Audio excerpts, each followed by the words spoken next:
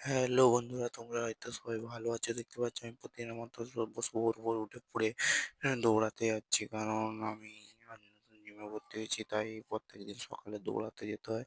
তারপরে এসে দেখতে পাচ্ছ ঘরে হেঁটে হেঁটে আসছি, তখনও প্রায় অন্ধকার।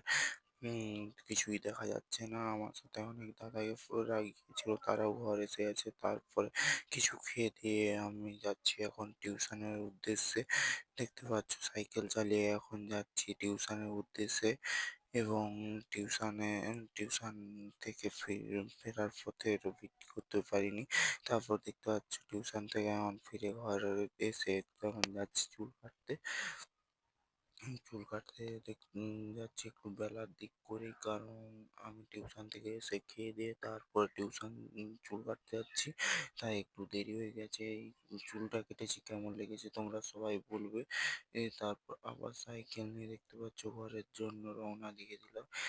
কারণ তখন প্রায় 12:30 বেজে গিয়েছিল, তাই তাড়াতাড়ি ঘর আসার উদ্দেশ্যে আমি ঘর এসে গেছিলাম। দেখতে পাচ্ছ কেমন রোদ এবং কেমন আনকমফোর্টেবল লাগছে রোদে, তাই তাড়াতাড়ি সাইকেলটা চালিয়ে ঘরের দিকে রওনা দিচ্ছিলাম। ঘর এসে স্নান করে একটু মাথায় তেল নিয়ে একটু ফ্যানে বসে চুলটাকে শুকিয়ে নিচ্ছিলাম,